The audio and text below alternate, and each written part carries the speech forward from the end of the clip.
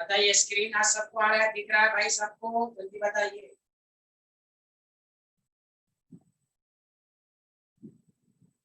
माशाल्लाह। चलिए इस क्वेश्चन पर स्टार पॉइंट डालिए। हाँ, इस क्वेश्चन इज इम्पोर्टेंट।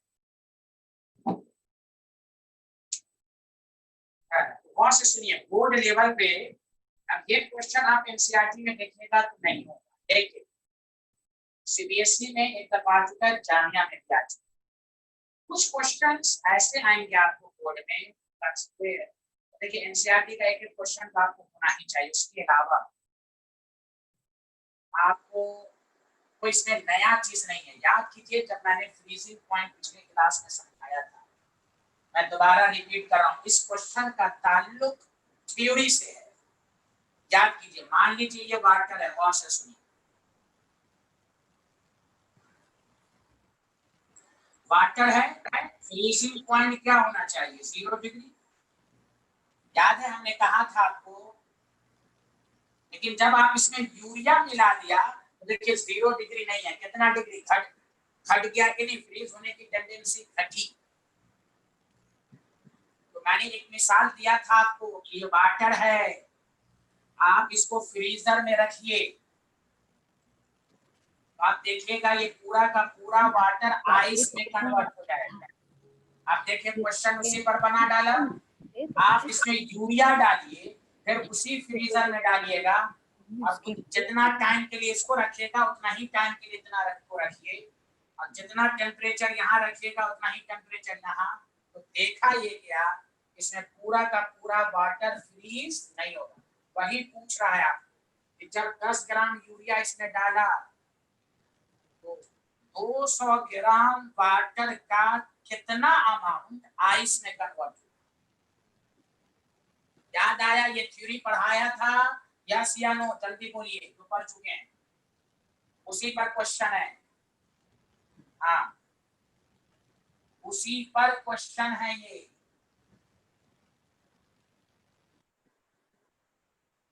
कुछ नहीं करना है, बहुत आसान क्वेश्चन है।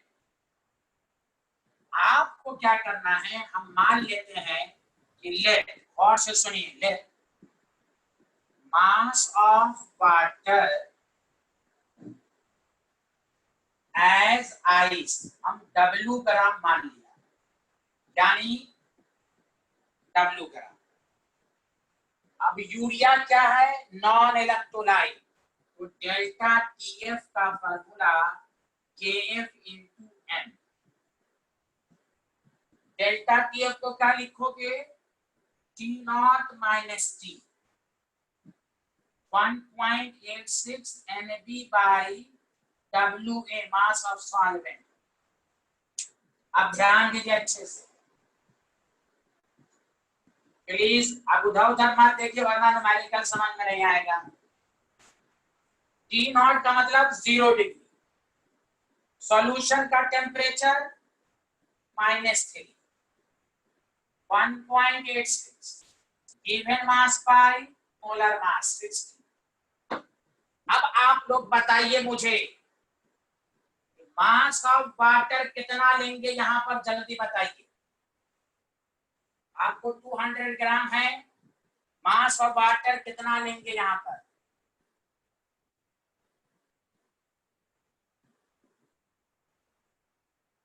यहाँ देखिए, चलिए चलिए, नहीं आता नहीं आता आप लोगों को, यहाँ देखिए पहले कितना वाटर था, गौर से सुनिए, 200 ग्राम।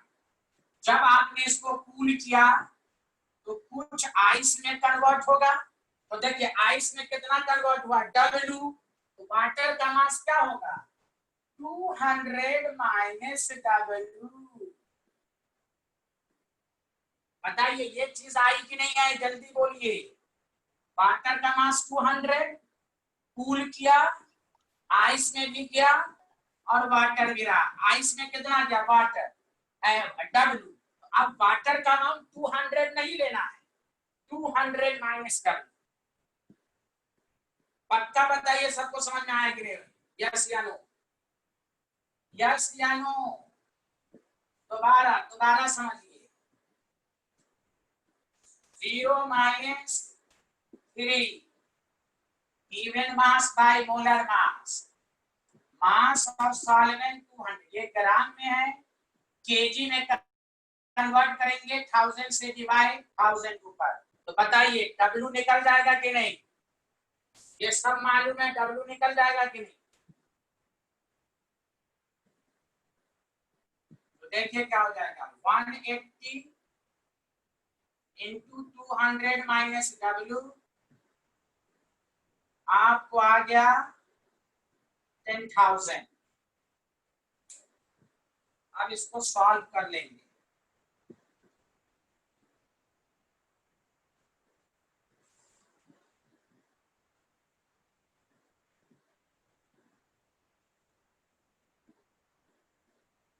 हो जाएगा 3600 W 10,000,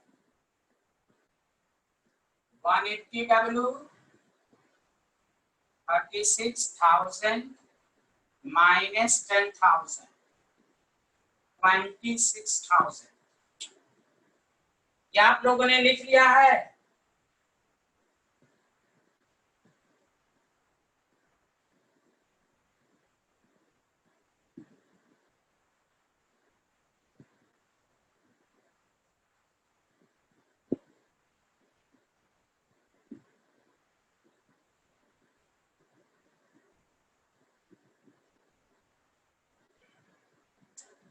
W is equal to 26,000 by 180, 0 से कैंसिल, 144.5 ग्राम आया। तो देखिए मास ऑफ आइस जो हुआ वो 144, मतलब बाकी वाटर के फॉर्म में ही रहेगा। बताइए अब आपको सबको समझ में आया this question?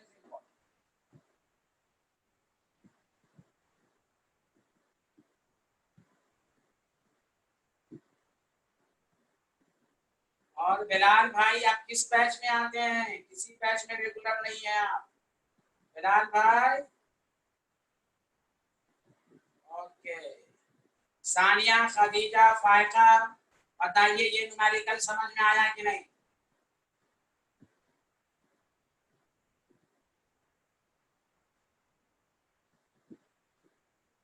Okay okay.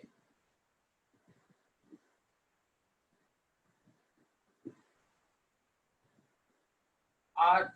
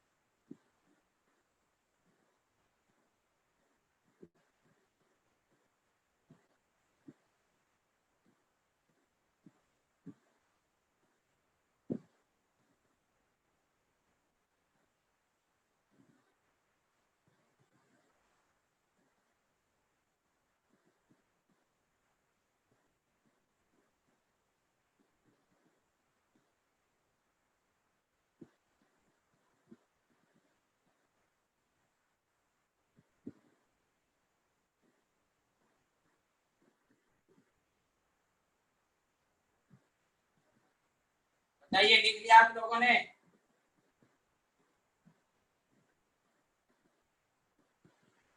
As if, as if मैंने आपको प्राइवेटली एक मैसेज किया है, उसको पढ़ लीजिएगा। एसिफ। अलीफा कौन है? अलीफा पहली क्लास है, इससे पहले कर चुकी हैं। अलीफा कौन है?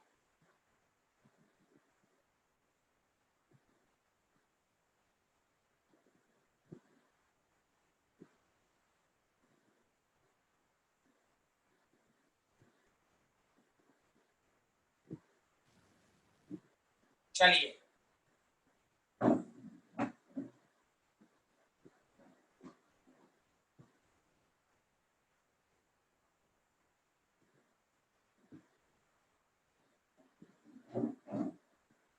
चलिए अब मैं स्टैंडर्ड क्वेश्चन की तरफ ले जा रहा हूँ सारे लोगों को, और ये क्वेश्चन अब आप लोग अपने से कीजिए, आंसर दीजिए।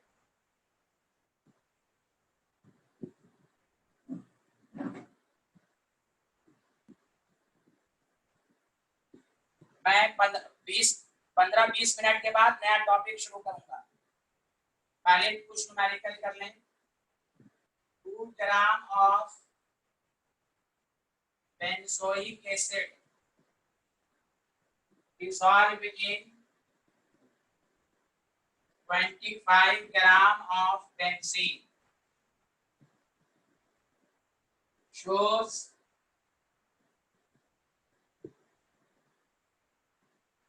a pressure in freezing point 1.62 Kelvin. Calculate the percentage of, ये मैं खुद करूंगा, उसके बाद आपको दूंगा। Percentage of association if benzoic acid exists as dimer। सारे लोग स्टूडेंट गवाही दीजिए, डाइमर का वर्ड पढ़ाया था, जल्दी बोलिए, कोई नो नहीं बोलेगा जो पढ़ चुका है। डाइमर का वर्ड आया था जब बल्था फैक्टर पढ़ाया था, डाइमर, ट्राइमर, टेट्रामर, पेंटामर। हाँ, वह आज रिवीजन होगा। exist as dimer in the solution।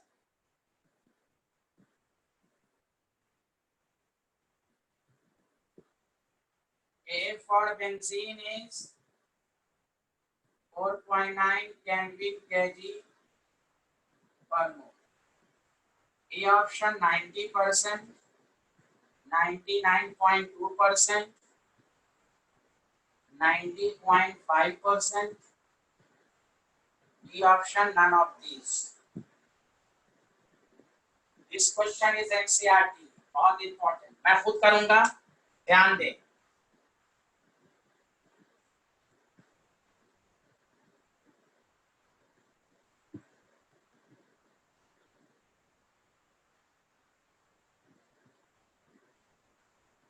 अच्छा, एक जरूरी ऐलान समझ लें सारे लोग। आपका ये मेन बैच है, सबको मालूम है आपका ये मेन बैच है। टीटीएस में 5:30 बजे और संडे को 10:30 बजे। अब एक नया बैच शुरू हो रहा है, नया बैच, समझा? उसकी टाइमिंग मैं अभी आधा घंटा के बाद लिखूंगा। एकदम सॉल्यूशन चैप्टर स्टार्टिंग से होगा, वो हम आपको बता देंगे। सबको समझ में आया? अब अपने बैच में, चूंकि इस बैच में ये चैप्टर इंशाल्लाह संडे तक पूरा क्वेश्चन करने के साथ साथ खत्म हो जाएगा, एक एक चीज। ट्यूसडे से इस बैच में इलेक्ट्रोकेमिस्ट्री शुरू होगा। इलेक्ट्रोकेमिस्ट्री में पीछे का कोई कंसेप्ट नहीं है। सारे लोग अपने अपने बैच में मेंटेन रहें, क्लास ना छोड़ा करें, लगातार आए, खाली जिसका छूट भी क्या है अपने बैच में लगातार आते रहे। ये मैं पहले बोल दिया हूँ। चूंकि अब आइए कि सॉल्यूशन चैप्टर जिनका छूटा हुआ है, तो वो दोबारा आपको टाइम टेबल आज आपके ग्रुप में शेयर कर दिया जाएगा और मैं अपनी टाइमिंग लिख दूंगा, नया बैच की टाइमिंग एकदम स्टार्टिंग से मंडे से शुरू हो रहा है। मंडे को फिजिक्स है, ट्यूसडे को केमिस्ट्री है, समझा? वो टाइमिंग आपको संडे को पूरा बता दिया जाएगा। इसलिए जो लोग आज पहली क्लास कर रहे हो वो अपने अपने बैच में आए, कोई डाउट तो नहीं है आप? और दूसरी बात ये भी, कुछ स्टूडेंट की इतनी आदत खराब है कि 4 मिनट लेट होता है टीचर को डिस्टर्ब करते रहते हैं, क्लास होगी कि नहीं। अरे भाई ऑनलाइन है, 3-4 मिनट लगता है बोलने में, ये सब करने में।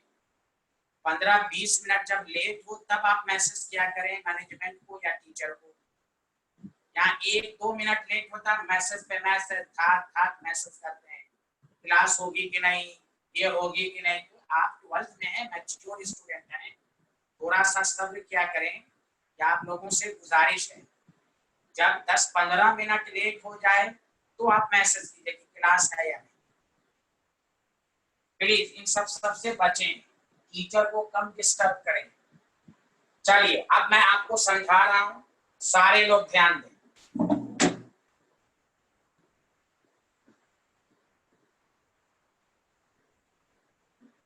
क्वेश्चन लिख लिया था ना आप लोगों ने? क्वेश्चन लिख लिया था? कोई आदमी टाइप कीजिए जल्दी। चलिए आप देखिए, सारे लोग सुनिए। मेरा नया बैच ट्यूसडे से शुरू हो रहा है 7 से 8:30 केमिस्ट्री का। मीटिंग आईडी बाद में दिया जाएगा, मीटिंग आईडी। जो लोग अपने दोस्तों को लाना चाहें दोस्तों को बता सकते हैं। सॉल्यूशन चैप्टर स्टार्ट होगा ट्यूसडे को, मेरा पहली क्लास है। आप सारे लोग सुने, सारे लोग अब इस क्वेश्चन में ध्यान दीजिए अच्छे से। परसेंटेज ऑफ एसोसिएशन निकालना है। जानते क्या निकालना है? अल्फा। अब खुद सोचो, अल्फा का मतलब हुआ डिग्री ऑफ एसोसिएशन। परसेंटेज से कर दोगे तो percentage of association.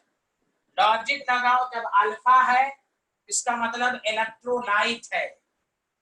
Dissociation association का मतलब हुआ इलेक्ट्रोलाइट है। तो पहला काम delta TF is equal to i into KF into एक। देखो बनाने मत लगो, मैं तुम्हें लिखने का टाइम दूंगा। टीचर की लैंग्वेज को सुनो सारे लोग। Delta KF is equal to i into, कोई कहेगा आई क्यों लगाया? इलेक्ट्रोलाइट है, एबनॉर्मल सीपी है, हम यहां से आई निकाल लेंगे। सब कुछ गिवन है, मैं बता रहा हूं। मास ऑफ सॉल्यूट 2 ग्राम है। Molar mass of solute benzoic acid का फॉर्मूला ये, तो देखिए 72 5 12 32 1, सबको जोड़िए 120। पहले एक एकदम अच्छे से देखिए, मास ऑफ सॉल्वेंट, ए का मतलब सॉल्वेंट, बी का मतलब सॉलिड, 25 ग्राम लिखा हुआ है। डेल्टा टीएफ 1.62 केल्विन लिखा हुआ है। चलिए डाटा जल्दी से लिखिए, तो आप लोग जल्दी से कॉपी में।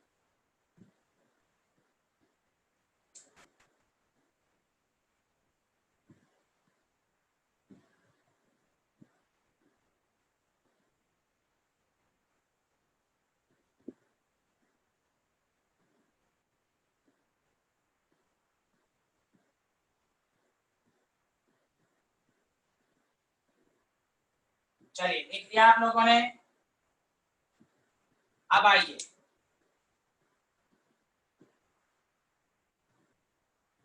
बताइए, लिख लिया?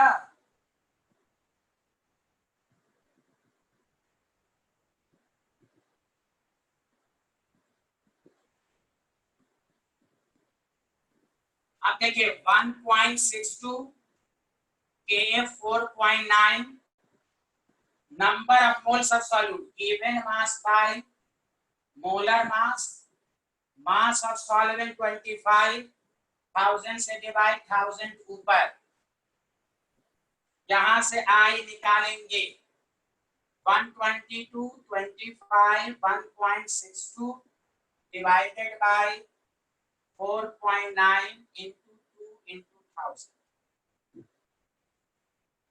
यहां से आई निकल जाएगा। और कोई स्टूडेंट लॉजिक दे आई ग्रेटर देन, वहां यहां 1 आएगा कि लेस देन 1 आएगा, जल्दी बताओ। कोई अगर सही से पढ़ के आए बताओ, आई क्या आएगा यहाँ पर, लेस देन 1 कि greater than 1?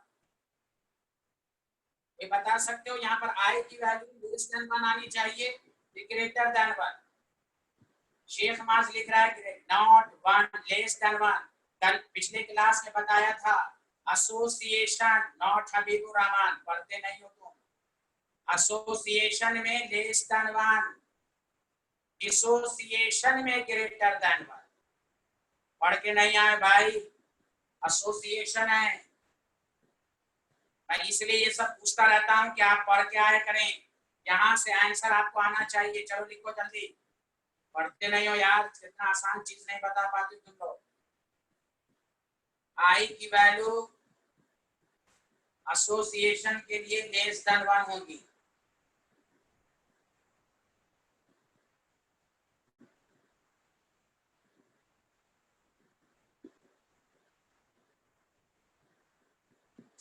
I is equal to 0.50। बस अगर इस वन ऑफ फैक्टर कहता है तो ये आंसर। अब हमें अल्फा, जब आई निकल गया तो अल्फा भी निकल जाएगा, कोई टफ क्वेश्चन नहीं है। अब नॉर्मल की मदद से आई निकालिए। अब देखो लिख लिए सारे लोग,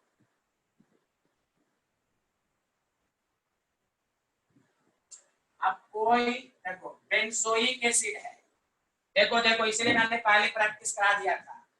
जैसे सॉल्यूशन में गया तो डाइमर, डाइमर का मतलब डबल, याद आया 2। अब देखो सारे लोग 1 0 1 माइनस अल्फा, अल्फा बाई 2। कोई स्टूडेंट नहीं कह सकता ये कैसे हुआ, पूरी प्रैक्टिस मैं करा चुका हूं, एक दिन पूरी क्लास। अरे बोलो गवाही दो, तुम लोग पढ़ाया था कि नहीं, जल्दी बोलो। अब I is equal to 1 minus alpha, alpha by 2 divided by 1।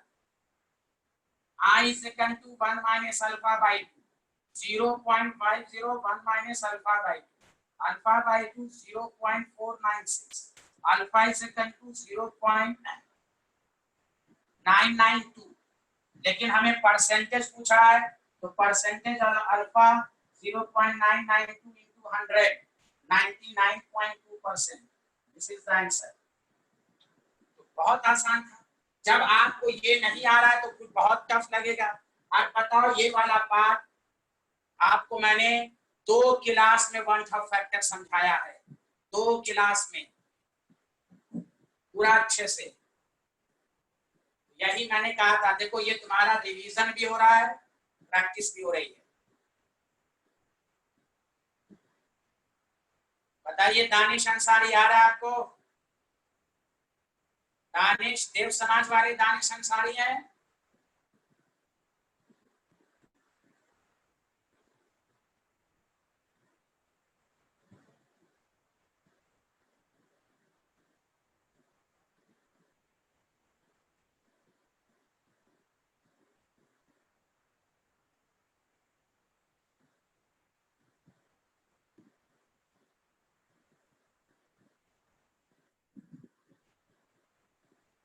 Clear, माशाल्लाह, वेरी गुड, बहुत अच्छे। अब 2 न्यूमेरिकल और उसके बाद मैं ऑस्मोसिस शुरू करूंगा, ऑस्मोटिक नया टॉपिक है, सबको समझ में आएगा।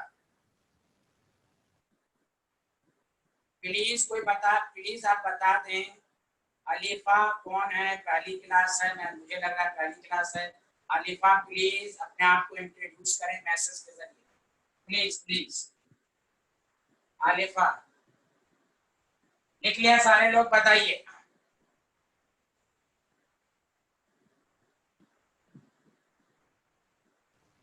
आमना क्लियर हो रहा है आपको? आमना, थैंक यू।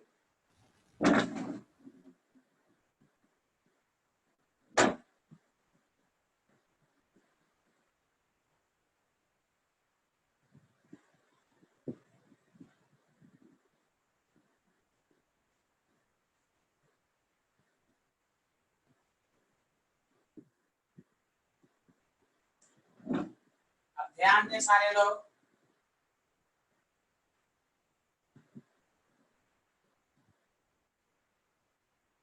नेक्स्ट क्वेश्चन लिखिए। 19.5 ग्राम फ्लोरो इथेनोइक एसिड मतलब CH2F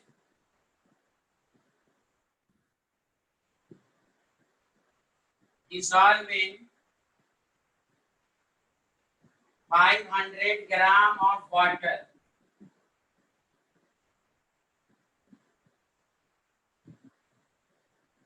Then it shows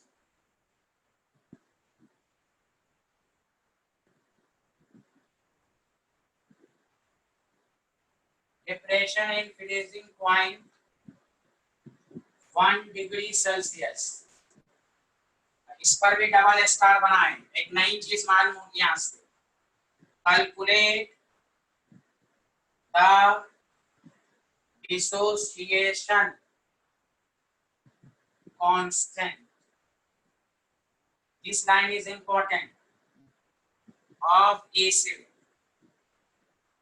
Kf for water is 1.86 Kelvin kg per mole.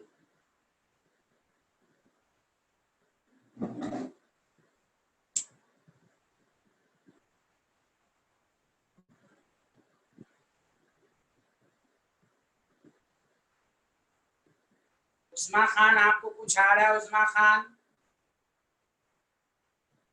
मैं खुद करूंगा इस क्वेश्चन को, इसी इसके जस्ट बाद इसी पर वो क्वेश्चन आप करेंगे। चलिए मैं बताता हूं, सारे लोग ध्यान दें।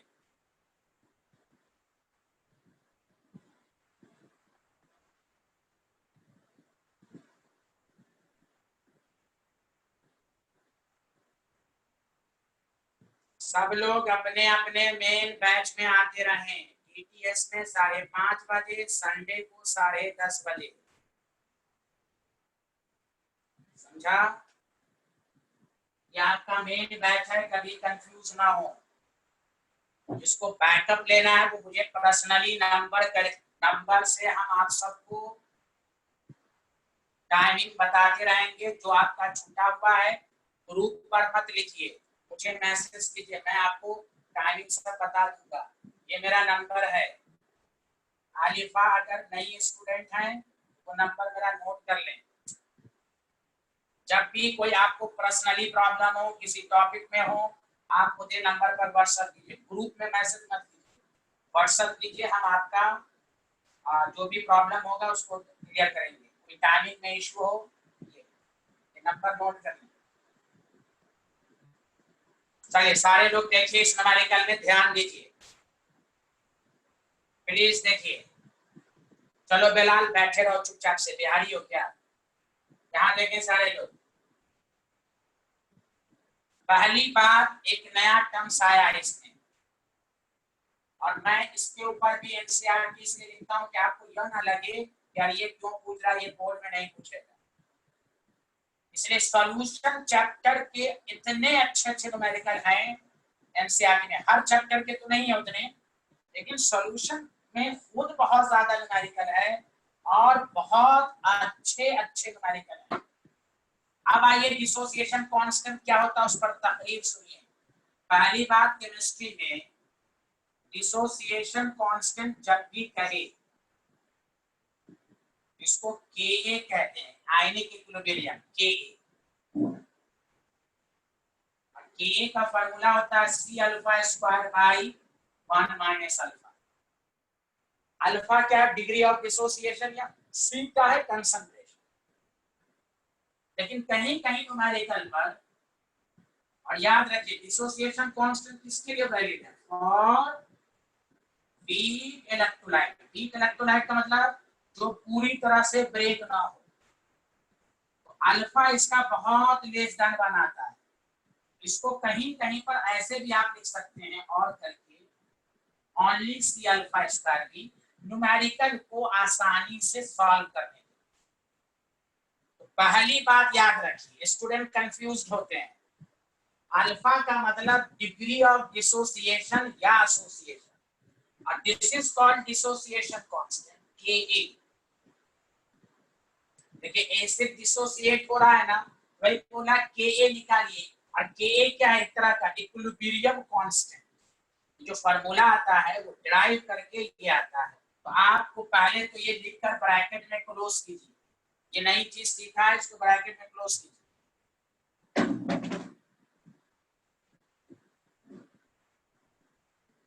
और एक एक चीज को समझिए अच्छे से।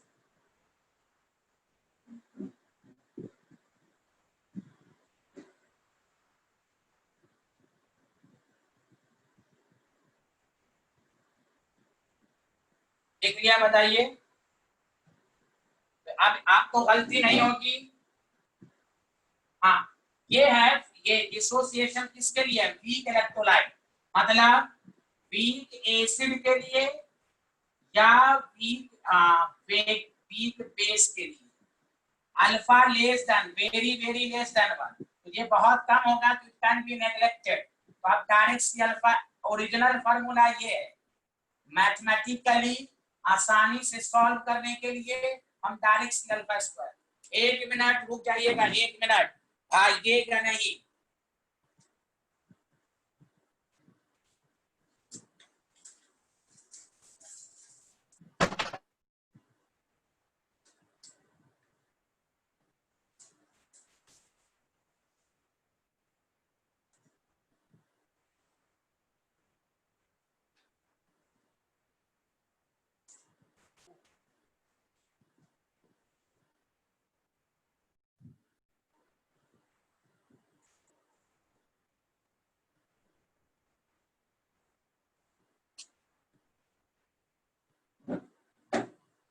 हाँ बोलिए, बताइए। लिख लिया? लिख लिया इसको? बोलिए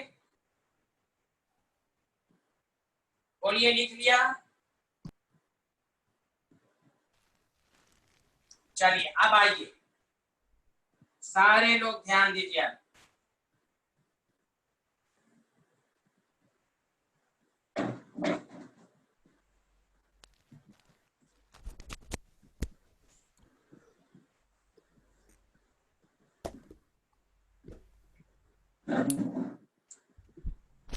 अब हमें और से सुनिए,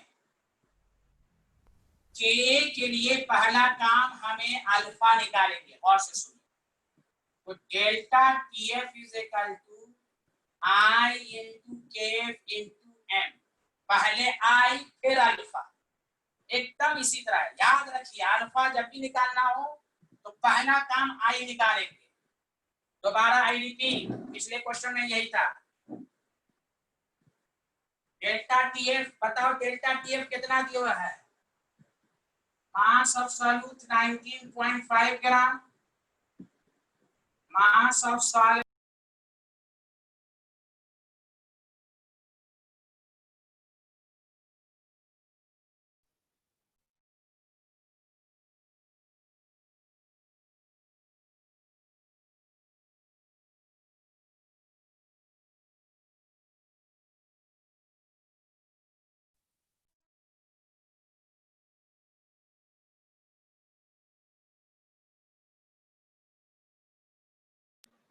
ठीक है।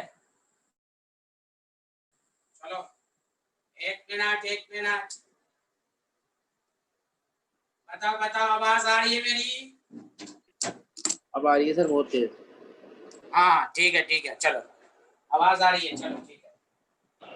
थोड़ा सा सब्र करो यार, तुम लोग बहुत हंगामा करने लगते, बिहारी हो ना तुम लोग, हाँ हंगामा करता है। 19, अच्छा सॉरी, 14 का जो होता है वो 19 होता है, तो ये पूरा आएगा आपको 2 3 5 78 ये मोलर मास। अच्छा सारे लोग बताओ, सारे लोग प्लीज, सारे लोग बताओ डिप्रेशन इन फ्रीजिंग पॉइंट कितना है? बताओ जल्दी, डिप्रेशन इन फ्रीजिंग पॉइंट कितना है? मैं एक एक करके बोलना, सारे लोग बताओ। 1, अच्छा 1 डिग्री सेल्सियस है, हाँ 1 डिग्री। बताओ क्या केल्विन में कन्वर्ट करेंगे या नहीं? केल्विन में कन्वर्ट करेंगे या नहीं? हाँ नहीं, क्यों? ये 1 डिग्री सेल्सियस 1 केल्विन ही है, क्यों? तो याद है पिछले क्लास में समझाया था, याद आया कि नहीं? तो कुछ स्टूडेंट्स यहाँ गलती हो सकती है, क्यों? ये 2 टेम्परेचर का डिफरेंस है, ये 2 टेम्परेचर का डिफरेंस है, डिग्री सेल्सियस केल्विन के बराबर होगा। हाँ अगर टी रहता, टी अकेला टी रहता तो हम 273 ऐड करते। ओके चलो ये डाटा लिख लो कि न्यूमेरिकल में आसानी हो, एकदम बच्चे की तरह समझा रहा हूँ, जल्दी लिखो।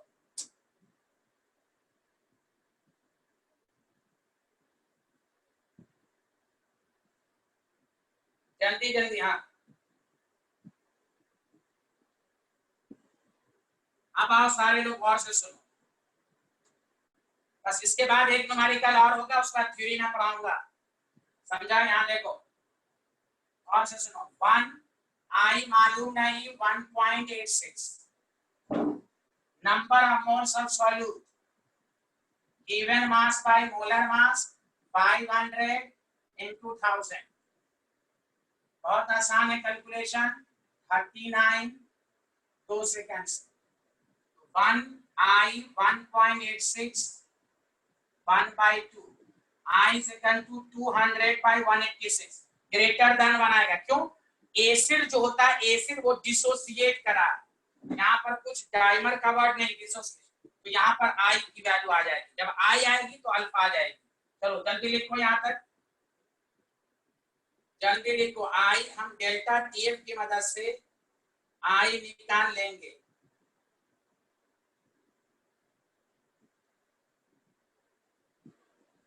ये हुआ 1.07,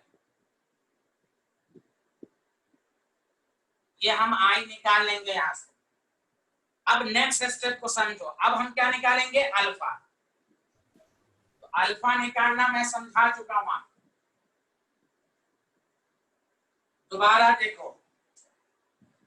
फ्लोरोइथेनोइक एसिड है आपके पास, तो ये डिसोसिएट होगा, स्कूल के एग्जाम में ऐसे ही लिखेंगे, शॉर्टकट भी मैं बता चुका हूं आपको। 100 1 minus alpha alpha alpha i second to 1 minus alpha plus alpha by 1, याद है कि नहीं सबको? ये देखो रिवीजन हो रहा है तुम्हारा। I is equal to 1 plus alpha 1.07 1 plus alpha is equal to 0.07। बताओ I निकल गया, I की मदद से अल्फा निकल गया। अब हमें Ka निकालने के लिए C चाहिए, C number of moles per unit volume. जल्दी जल्दी करो, जल्दी लिखो। तो Ka निकालने के लिए हमें अल्फा चाहिए, अल्फा तभी निकलेगा जब आपको I मालूम हो, ये होगा। जल्दी करो,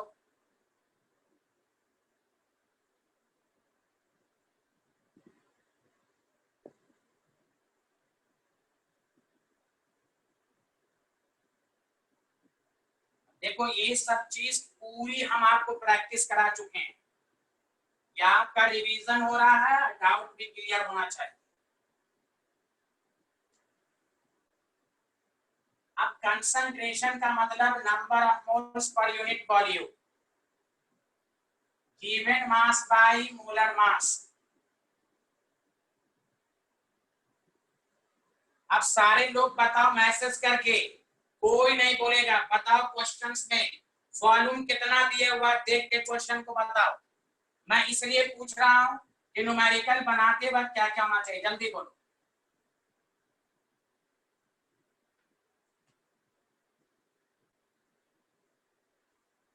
बताओ क्वेश्चंस में वॉल्यूम कितना दिया हुआ है कि नहीं दिया हुआ है।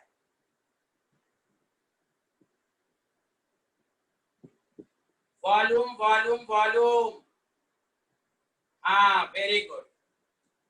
500 ग्राम वाटर का मतलब हुआ 500 ml। This point is very important. क्यों? वाटर की डेंसिटी 1 होती है, जितना वाटर का मास होगा उतना ही वॉल्यूम होगा। दोबारा आई रिपीट, वाटर का मास डायरेक्टली वॉल्यूम नहीं दिया हुआ है क्वेश्चंस में, कहीं पर भी लीटर मिलीलीटर नहीं है। तो वाटर का मास 500 ग्राम है, तो हम वाटर का वॉल्यूम 500 लेंगे। क्यों? मैं यहां पर लिख देता हूं, डेंसिटी ऑफ वाटर 1 ग्राम पर ml है, तो जो मास ऑफ वाटर होगा वो वॉल्यूम ऑफ वाटर के बराबर। दैट द रीजन सी यहाँ पर 500 ml 1000 से डिवाइड, 1/2 0.5 मोल पर लीटर। अब जाके के निकलेगा C alpha square 1 minus alpha, 0.5 into 0.07 का होल स्क्वायर 1 माइनस। खुद सोचो 0.07 बहुत ही कम है, तो ऐसे भी सॉल्व कर सकते हो, या नहीं तो k is equal to C alpha square 0.5 0.0। अब देखो इसको सॉल्व करना आसान हो जाएगा, समझ रहे हो। 49 5 से 5 नामा 45 245 इंटू 10 टू द पावर -5। इसका 2 0 है तो -2 -4 हो जाएगा, इसका एक डेसिमल है -5। ये आपके पास आया। सच सच बताओ आया कि नहीं आया। तो के बस एक, हाँ जल्दी करो, एक लास्ट क्वेश्चन इस पर, उसके बाद अब लगातार थ्योरी होगी। सैटरडे संडे की क्लास मिस नहीं करनी है। हैप्पी एंडिंग इस चैप्टर की, हैप्पी एंडिंग उसी में है, पूरा निचोड़ उसी में आएगा। ट्यूसडे से इस बैच में न्यू चैप्टर इलेक्ट्रोकेमिस्ट्री स्टार्ट होगा, पीछे से कोई कंसेप्ट नहीं, इसलिए सारे लोग अपने अपने बैच में आप रेगुलर रहें। ये बैकअप की टेंडेंसी कम करें, आप जो छूटा हुआ है वही को करें और घर पर सेल्फ स्टडी करें। मैं जानबूझकर इसी पर एक न्यूमेरिकल देता हूं, जल्दी लिखो क्वेश्चन, इस पर भी स्टार पॉइंट डालो। 0.6 ml of acetic acid has density 1.06 gram per ml.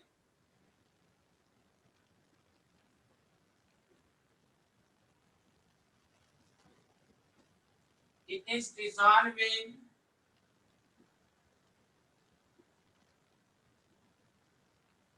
1 liter of water, shows depression in freezing point 0.205 degree Celsius. Calculate the, again वही मैं दे रहा हूं, डिसोसिएशन, कि आपका कंसेप्ट क्लियर हो जाए, ऑफ एसिटिक एसिड। सारे लोग लिखे। देखो दोबारा मैं डिसोसिएशन कांस्टेंट दे रहा हूं, अभी भी जिसको न्यूमेरिकल नहीं समझ में इसको दोबारा समझो, मैं खुद करूंगा। जल्दी लिखें प्लीज, घर पर तमाम न्यूमेरिकल की प्रैक्टिस करें। चैप्टर इसी तरह पढ़ाया जाएगा, क्लास के अंदर प्रैक्टिस होगी।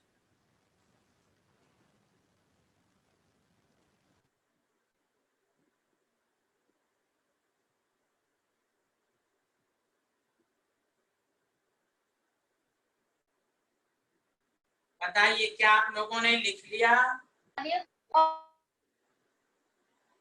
क्वेश्चन लिख लिया? बताइए। हाँ सुनिए, आप अच्छे से 2 मिनट टाइम दीजिए मुझे। इस क्वेश्चन में आप प्रीवियस क्वेश्चन में सिर्फ एक लाइन का आंसर है, वो ये है। बताइए वॉल्यूम किसका दिया हुआ एसिटिक एसिड? पिछले क्वेश्चन में डायरेक्ट मास ऑफ सॉल्यूट दिया हुआ था, यहाँ पर मास ऑफ सॉल्यूट मतलब एसिटिक एसिड, बस यही लाइन है। Volume into density 0.6 1.06 0. बस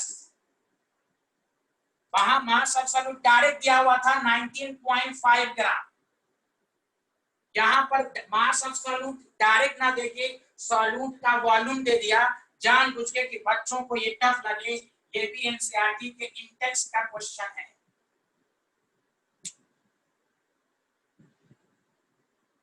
समझ रहे हैं? देखिए कितना अच्छा क्वेश्चन है इस चैप्टर का एनसीईआरटी में। पिछले क्वेश्चन और इसमें फर्क यही है, वहां 19.5 ग्राम डायरेक्ट दिया, यहाँ सॉल्यूट का मास ना देकर सॉल्यूट का वॉल्यूम, सॉल्यूट का डेंसिटी दे दिया। बाकी अब कोई नई चीज नहीं है। पहले आई निकालेंगे, फिर अल्फा निकालेंगे, फिर सी निकालेंगे, के निकल जाएगा। बताइए सबको समझ में आया यहाँ तक? यहाँ मास ऑफ सॉल्यूट यानी एसिटिक एसिड। अब देखिए delta TF is equal to i into KF into m. 0.205 दिया हुआ है, आई मालूम नहीं, KF 1.86, number of moles of solute given mass by molar mass 60, acetic acid का मोलर मास 60। अब बताओ मास ऑफ सॉल्वेंट कितना दिया हुआ है? 1 kg। देखो 1 kg मैं लिख भी देता हूं। Molar mass of solute 60, mass of solvent 1 litre, और 1 लीटर को आप 1 kg लिख सकते हैं? ए अल्लाह, कोई बोल ही नहीं रहा है। अरे बोलो ना, अरे चुप क्यों तुम लोग? बोलो क्या हो गया है? मुंह बंद करके हो भाई, बच्चे की तरह लिख दिया। 60 इंटू 0.205। अब समझने की कोई बात नहीं, यही लाइन इंपॉर्टेंट था बस। क्वेश्चन में वॉल्यूम डेंसिटी देकर आपको कंफ्यूज करेगा। यहाँ सॉल्यूट की डेंसिटी और सॉल्यूट का वॉल्यूम, पिछले क्वेश्चन इस क्वेश्चन में बस यही फर्क है, बाकी सब एज इट इज रहेगा।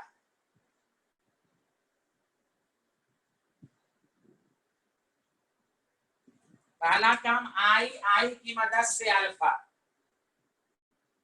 अच्छे स्टूडेंट की पहचान है, इसी न्यूमेरिकल को घर पर प्रैक्टिस करें।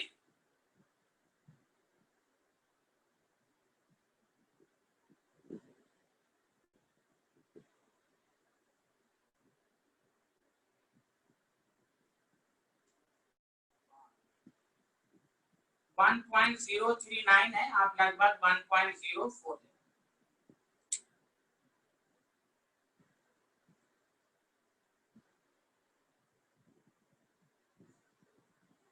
अब देखिए अल्फा आप निकालेंगे, आपका आई आ गया। अब देखिए एसिटिक एसिड है, ब्रेक होगा 100। देखिए प्रैक्टिस हो रही है आपकी, रिवीजन हो रहा है, revision. 1 minus alpha alpha alpha, i is equal to 1 minus alpha plus alpha alpha by 1, cancel. I is equal to 1 plus alpha, तो बताइए अल्फा 0.04 आएगा। अब हम लोग क्या निकालेंगे, सी, एकदम स्टेप बाय। याद रखो हम लोग डिसोसिएशन कांस्टेंट निकाल रहे हैं, dissociation constant, number of moles per unit volume, given mass by molar mass, volume 1 litre दिया हुआ है आपको, वॉल्यूम 1 लीटर दिया हुआ है क्वेश्चंस में, देखिए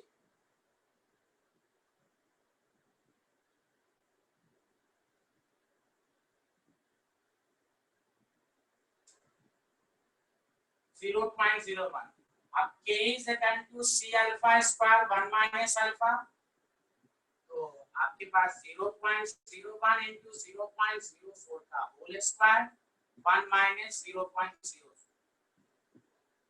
बताओ डिसोसिएशन कांस्टेंट का कंसेप्ट सबको अच्छे से समझ में आया। पहला काम आई की मदद से अल्फा, फिर कंसंट्रेशन फॉर्मूले में पुट करो, जल्दी बोलो जल्दी। अब हम थ्योरी पढ़ा रहे हैं, नया कंसेप्ट है, सबको समझ में आएगा, बायो से रिलेटेड टॉपिक है।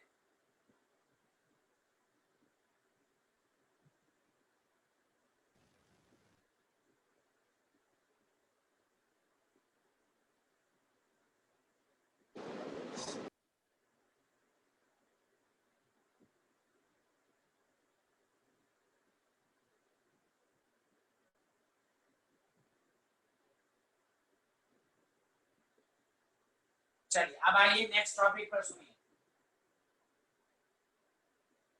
सबको यहाँ तक क्लियर है? अभी और न्यूमेरिकल कराऊंगा बाद में। अब मैं लास्ट,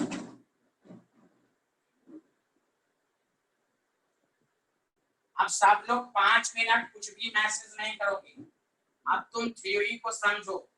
नेक्स्ट टॉपिक, ये नोट ये लिख लो पहले, द सब्सटेंस, जल्दी लिखो, the substance which decreases the freezing point of pure solvent यानी water is called anti-freeze substance। जैसे एग्जांपल इथाइलिन, ये स्कूल के एग्जाम में पूछा जा चुका है, इथाइलिन ग्लाइकॉल, इसका फार्मूला मैं पढ़ा चुका हूं हेनरी सॉल्युबिलिटी में, is used as anti-freeze substance।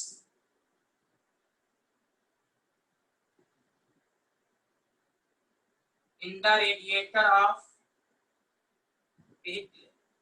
कोई भी गाड़ी में अगर आप विंटर में गाड़ी लेके जा रहे हैं तो आप एंटी फ्रीज सब्सटेंस डाल दें, वो क्या करेगा, रेडिएटर में जो वाटर प्रेजेंट है उसको फ्रीज होने से बचाएगा।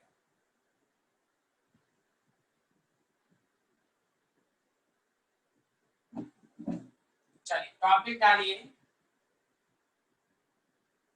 ऑस्मोसिस, एकदम वायु से रिलेटेड टॉपिक है ऑस्मोसिस। नेक्स्ट टॉपिक इसी से रिलेटेड है, ऑस्मोटिक प्रेशर। क्या आप लोगों ने लिख लिया? टॉपिक डालिए ऑस्मोसिस।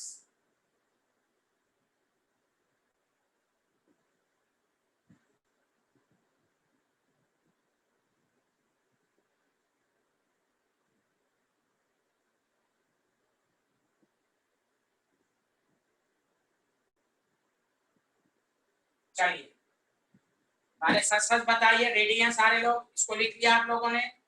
इसको लिख लिया? जल्दी बोलिए, इसको लिख लिया आप लोगों ने? चलिए अब देखिए, अब जनरल चीजें हैं, सारे लोग सुनो, मैं किसी से डिफिनेशन वगैरह नहीं पूछ रहा हूं, ऑस्मोसिस को कैसे डिफाइन करना है सारे लोग सुने। उससे पहले एक कंसेप्ट समझना है, प्लीज सारे लोग ध्यान। एक वर्ड आता है सिंपल मेम्ब्रेन। मेम्ब्रेन क्या करता है, वो सॉल्यूट और सॉल्वेंट दोनों को मूव होने देता है।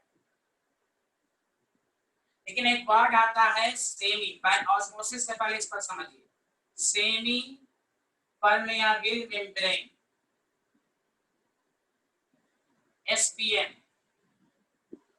वो मेम्ब्रेन जो सिर्फ सॉल्वेंट को पास होने दे। क्यों? क्योंकि इसके अंदर जो छोटे छोटे होल्स होते हैं वो सॉल्वेंट को पास होने देते हैं। सॉल्यूट की साइज बड़ी होती है, ये इस तरह का बनाया जाता है कि वो सिर्फ एक ही को मूव होने देगा, इसलिए नाम पड़ा सेमी का मतलब आधा, दो का आधा वन, मतलब दो में मतलब सॉल्यूट एंड सॉल्वेंट में ले रहा हूं। तो सेमी परमिएबल मेम्ब्रेन का मतलब the membrane which can allow only solvent molecule but not solute particle। क्यों? क्योंकि साइज सॉल्यूट की साइज थोड़ी बड़ी होती है, तो इस तरह का बनाया जाता है। डेली लाइफ में इसके बहुत सारे एग्जाम्पल हैं, नेचुरल भी है और आर्टिफिशियल सेमी परमेबल भी है।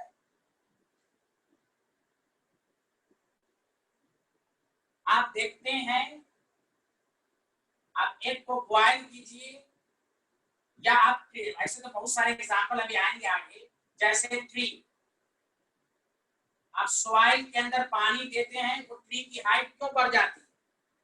वो पानी को एब्सॉर्ब करता है through SPM.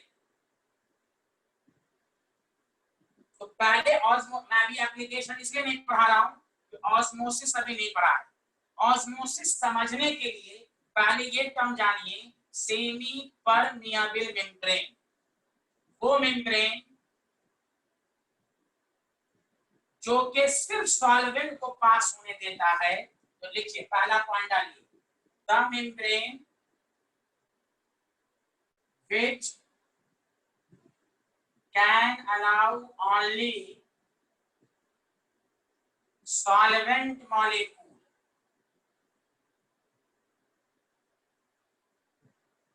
to pass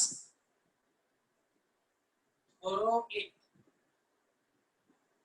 but not solute particle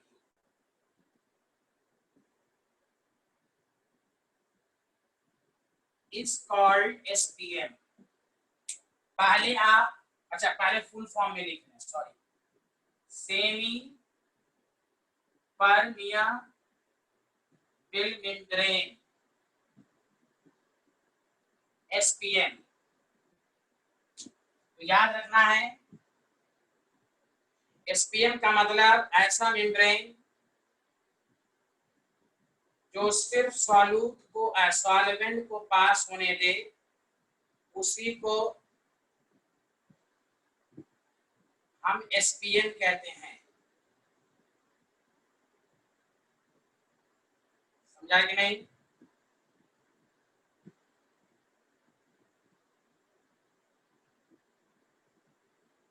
और याद रखिए,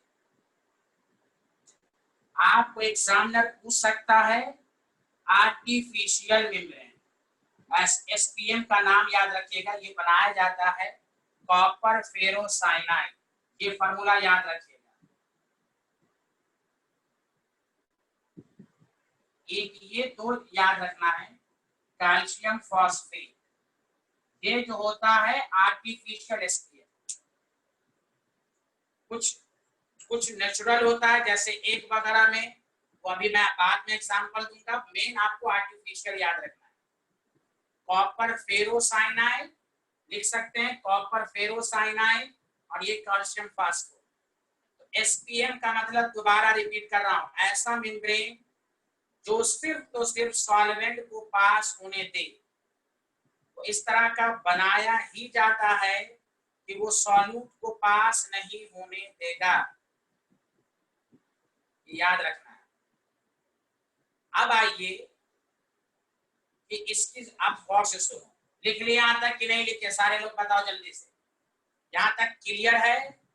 इसका मतलब ये हुआ कि ऑस्मोसिस में एसपीएम, पहली बार ऑस्मोसिस के लिए एसपीएम की जरूरत है, एसपीएम।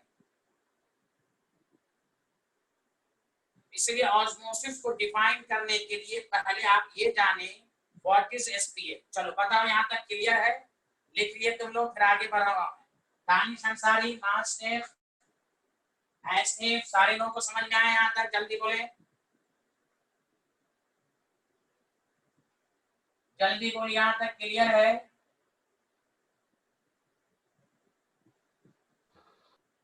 अरे जल्दी जल्दी बोलो ना।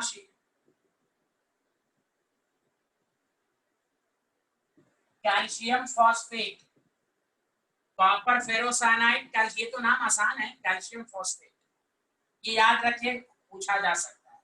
अब ध्यान दें,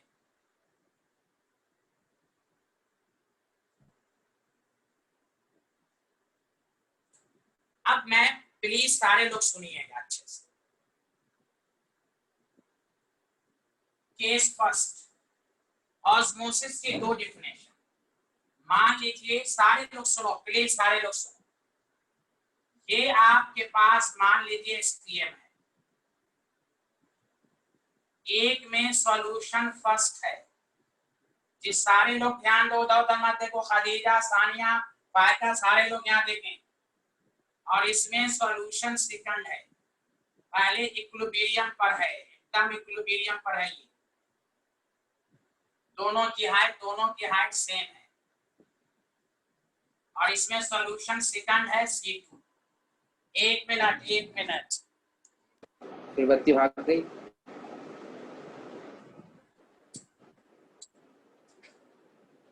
आगे रोशनी, अरे बोलो ना, जिसकी आवाज आ रही है। रोशनी आई? आ गई सर।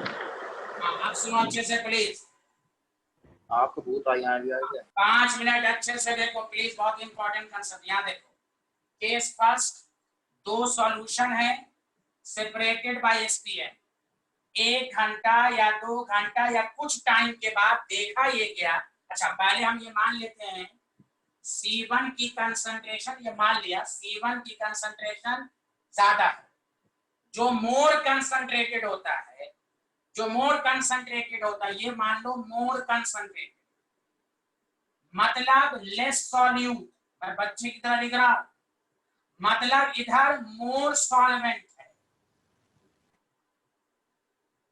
ये भी कंसंट्रेटेड है, लेकिन इस वाले में रिलेटिवली इसके कंपैरिजन में, अच्छा ये गलत हो गया ना, मोर कंसंट्रेटेड का मतलब मोर solute, sorry for that, less solvent. C1 more concentrated, more solute, concentrated का मतलब सॉल्यूट बहुत ज्यादा है। अब C2 की कंसंट्रेशन कम है, यहां भी सॉल्यूट ज्यादा है, लेकिन रिलेटिवली इसके कंपैरिजन में, रिलेटिवली का वर्ड है, इंग्लिश समझ लेना, लेस सॉल्यूट मतलब मोर सॉल्वेंट। अब सुनो अच्छे से, देखा ये गया कुछ देर के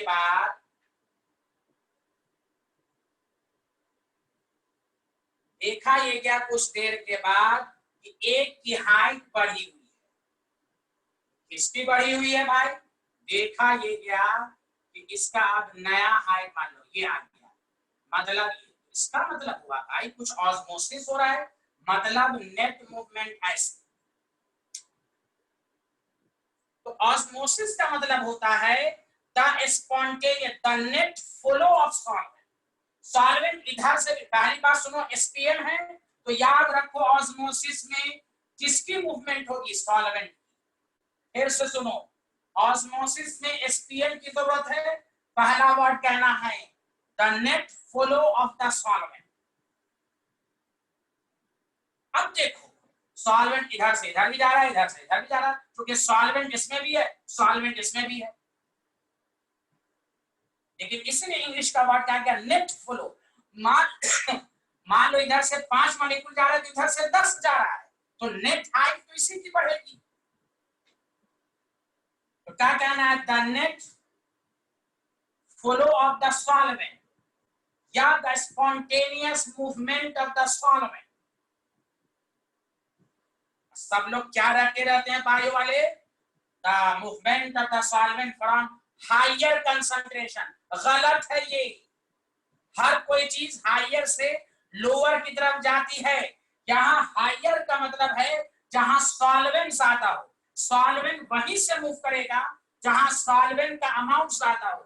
और देखो सॉल्वेंट का अमाउंट ज्यादा है तो ये लेस कंसंट्रेटेड है, इसीलिए स्टूडेंट को डिफिनेशन में कंफ्यूजन है, वो बोल देते हैं the movement of the solvent from higher concentration to lower, गलत डिफिनेशन। फिर से मैं रिपीट कर रहा हूं, ऑस्मोसिस है, एसपीएम की जरूरत है। एसपीएम का मतलब सॉल्वेंट। सॉल्वेंट कहां से मूव करेगा? जहां सॉल्वेंट का अमाउंट ज्यादा हो, और जहां सॉल्वेंट का अमाउंट ज्यादा होता है वो लेस कंसंट्रेटेड है।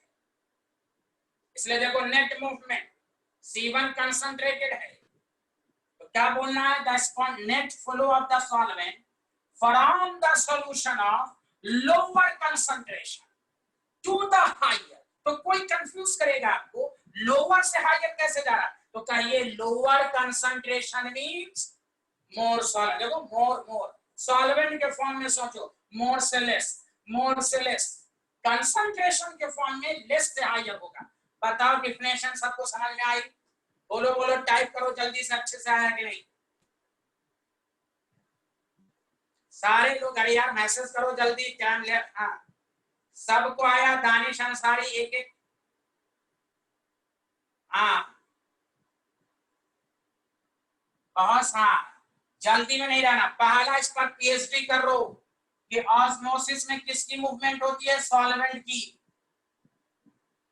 From the solution of lower concentration.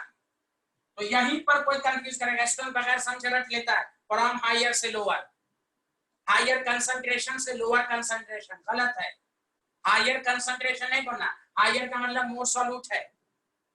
Solvent वहीं से मूव करेगा, दिमाग लगाओ, सॉल्वेंट वहीं से मूव करेगा जहां उसका अमाउंट ज्यादा हो, और जहां सॉल्वेंट का अमाउंट ज्यादा होता है उसको लेस कंसंट्रेटेड कहते हैं। चलिए तो लिखिए केस फर्स्ट की definition, the net flow of solvent from the solution of less concentration, less concentrated to the solution of higher concentration। आगे का line, thorough SPM is called osmosis, is called osmosis। तो याद रखना है, इसको पूरा लिख लो अच्छे से, इसको, ये केस फर्स्ट डिफिनेशन है। जब दो सॉल्यूशन है तो याद रखो, जब दो सॉल्यूशन में एसपीएम है तो एक्सपेरिमेंटली देखा गया एसपीएम, अगर दोनों के बीच में एसपीएम है तो देखा गया एक की हाइट बढ़ गई। क्यों हाइट बढ़ी? तो ड्यू टू ऑस्मोसिस। क्यों बढ़ी? ऑस्मोसिस। कैसे बढ़ी? तो सॉल्वेंट का मूवमेंट हुआ from the solution of lower concentration या from the solution of less concentrated to the solution of higher concentration through SPM, इसको ऑस्मोसिस। सारे लोग बताओ क्या डिफिनेशन में डाउट है किसी को? खदीजा, सानिया, फारिजा, आसिफ, आमना, सकलैन, हबीबुर रहमान। अब देखो मैं बायो कितना अच्छे से पढ़ाता हूँ।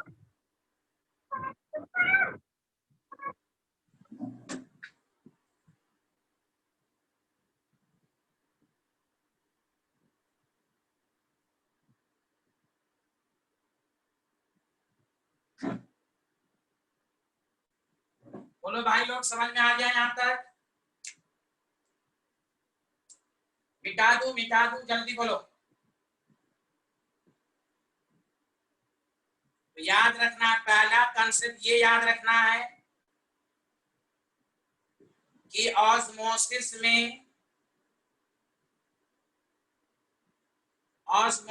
में सेमी परमिएबल मेम्ब्रेन की जरूरत होती है।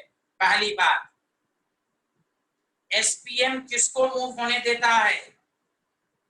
आप कहिएगा सॉल्वेंट को। सॉल्वेंट जैसे बोले फ्रैक्शन ऑफ सेकंड के लिए सोचिए, सॉल्वेंट कहां से कहां मूव करेगा? तो सॉल्वेंट वहीं से मूव करेगा जहां उसका अमाउंट ज्यादा हो, और सॉल्वेंट जहां ज्यादा होता है उसको लेस कंसंट्रेटेड कहते हैं। इस तरह आपको पढ़ना है। ओके, अब आइए केस सेकंड लिखिए सारे लोग, केस सेकंड, केस सेकंड।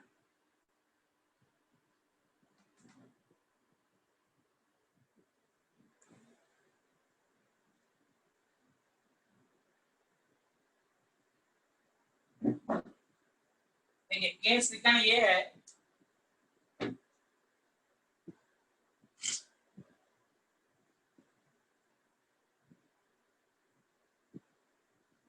सारे लोग ध्यान दें। केस सेकंड,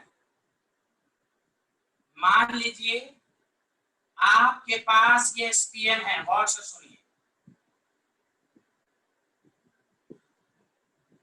एक तरफ सॉल्वेंट है और एक तरफ सॉल्यूशन। अब यहाँ दो सॉल्यूशन नहीं है, तो यहाँ डिफिनेशन बोलना आसान है। देखा ये क्या, किसकी हाइट पहले एकदम इक्विलिब्रियम पर थी, कुछ देर के बाद देखा गया कि इसकी हाइट बढ़ गई। यहाँ तो एकदम साफ है, यहाँ पर क्या बोलेंगे, simple, the net flow of solvent molecule from, simple from, आसान है, सॉल्वेंट कहां से मूव करेगा, प्योर सॉल्वेंट टू सॉल्यूशन। ये डिफिनेशन में कोई कंफ्यूजन नहीं है। लेकिन जब दो सॉल्यूशन होगा तो स्टूडेंट जल्दी के चक्कर में हायर कंसंट्रेशन से लोअर कंसंट्रेशन लिख देते हैं, वहां थोड़ा सोचना है। जब दो सॉल्यूशन नहीं, एक सॉल्यूशन और एक सॉल्वेंट है, the net flow of the solvent molecule from, आपको कहना है प्योर सॉल्वेंट टू सॉल्यूशन, और आगे का लाइन थोरो एसपीएम, एसपीएम नहीं लगाइएगा, गलत हो जाएगा, इज कॉल्ड ऑस्मोसिस। बोलो सबको समझ में आया? तो ऑस्मोसिस की दोनों डिफिनेशन समझ में आई कि नहीं? केस वाइज लिखो, केस वाइज। जब दो सॉल्यूशन होगा तो वहां आपको कहना less concentrated to higher concentrated. अरे आयशा खानम अच्छे से आ रहा है कि नहीं? अदीबा बताइए, तहरीम, तहरीम को कुछ आ रहा है? उस्मा खान, शेख मां, शाहीन, परवीन, कुछ तो बोले।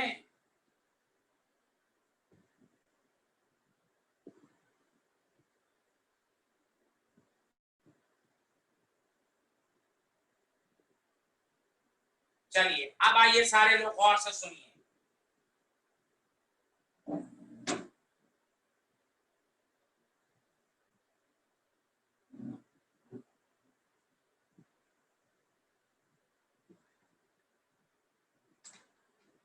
यहां देखिए, अब है मेन, ये सब पढ़ लिया, अब कुछ हायर कंसेप्ट पर आइए। प्रिंसिपल ऑफ ऑस्मोसिस, देखिए गौर से सुनिए, बायो के टीचर क्या कहते हैं वो भी मैं बोलूंगा, सारे लोग ध्यान दें। प्रिंसिपल ऑफ ऑस्मोसिस क्या है, प्लीज सुनिएगा अच्छे से कि भाई लिखना मत अभी, अगेन केस फर्स्ट लिखना नहीं है। मान लो ये आपके पास एसपीएम है, यहां सॉल्वेंट है, यहां सॉल्यूशन है, आपकी हाइट बढ़ी हुई है, मान लिया ये हाइट उससे ज्यादा है, कभी ना कभी हाइट तो स्टॉप होगी, ऑस्मोसिस कहीं ना कहीं स्टॉप होगा। तो लोग ये कहते हैं, और कुछ हद तक ये सही भी है, कि ऑस्मोसिस उस वक्त तक होगा इक्विलिब्रियम पर। इक्विलिब्रियम का मतलब हुआ कि दोनों की कंसंट्रेशन बराबर ना हो जाए। According to the bio, osmosis उस वक्त तक होता रहेगा जब तक इक्विलिब्रियम अचीव ना हो जाए। और आपने अभी देखा केस सेकंड में मैंने इसलिए solution first, solution second, C1 greater than C2 ये था। गौर से सुनिए, जो टीचर कहते हैं ये उस वक्त तक होता रहेगा जब तक दोनों की कंसंट्रेशन बराबर इक्विलिब्रियम।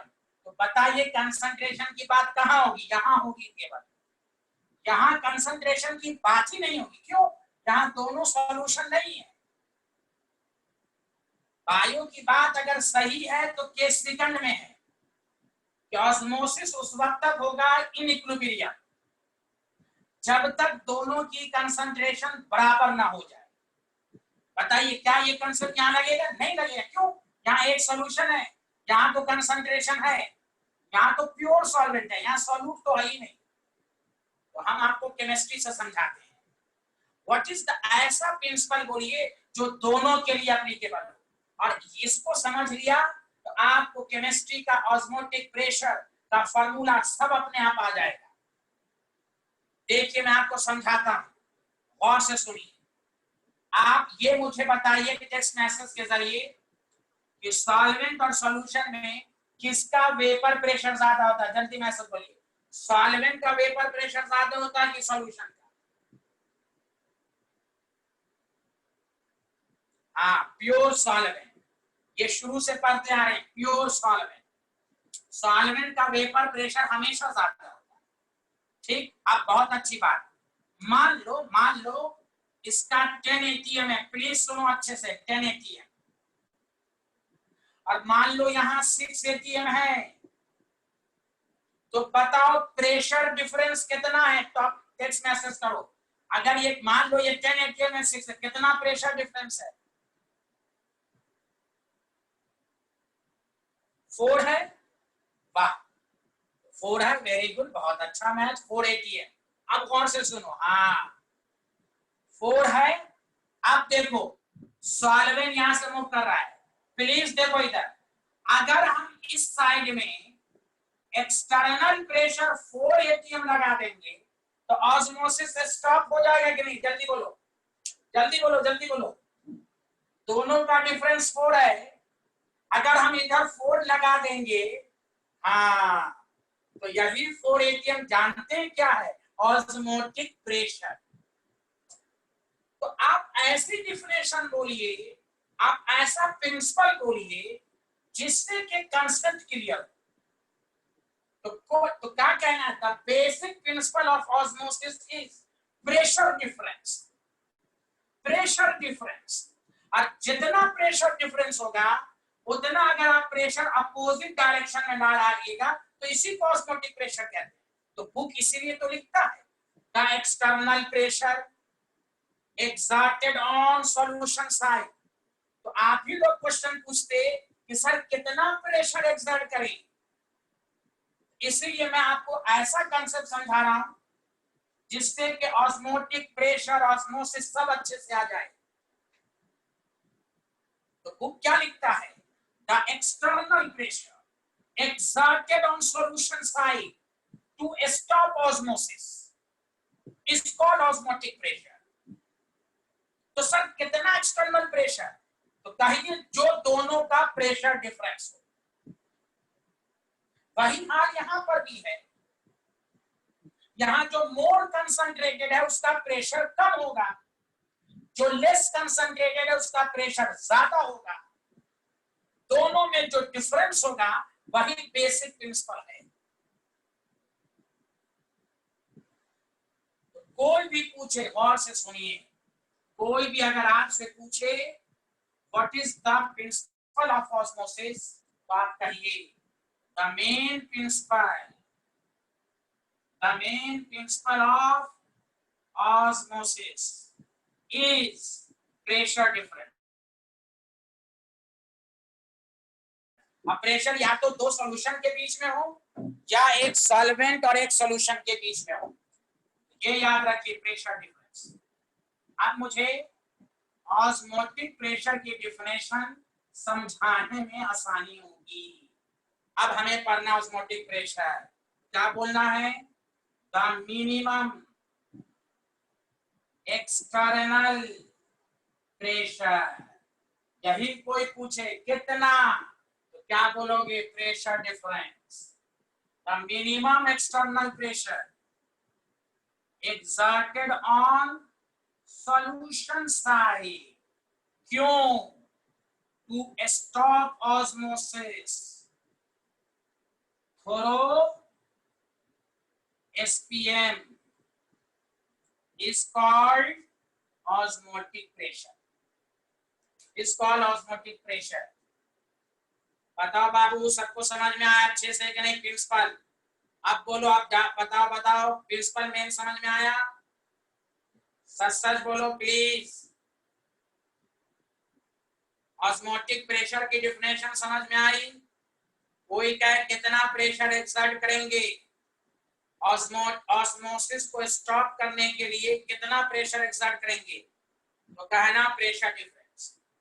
और ऑस्मोसिस को आसान लैंग्वेज में क्या बोलेंगे? ऑस्मोसिस को स्टॉप करने के लिए जो एक्सटर्नल प्रेशर की जरूरत होगी उसी को ऑस्मोटिक प्रेशर कहते हैं। तो कोई भी पूछे हम कितना लगाएंगे कि ऑस्मोसिस होगा, तो आपका ये प्रेशर डिफरेंस, इससे ना ज्यादा न इससे कम। कोई कहेगा ज्यादा होगा तो क्या होगा, वो हम पढ़ाएंगे आपको, उसको रिवर्स ऑस्मोसिस कहते हैं, वो हम पढ़ाएंगे। अभी हम आपको कंफ्यूज नहीं होना चाहते हैं। तो याद रखो, ऑस्मोटिक प्रेशर का सिंपल मीनिंग ऑस्मोसिस को रोकने के लिए जो प्रेशर जरूरत है। तो कोई कहेगा कितना प्रेशर एक्सर्ट करना है, तो ये प्रेशर डिफरेंस। अगर प्रेशर डिफरेंस दो सॉल्यूशन का 5 atm है, तो हम 5 atm अपोजिट डायरेक्शन में लगा देंगे। सॉल्वेंट की मूवमेंट को रोकना इज ऑस्मोटिक प्रेशर। बोलिए, आया सबको समझ में कि नहीं आया? जल्दी बोलिए।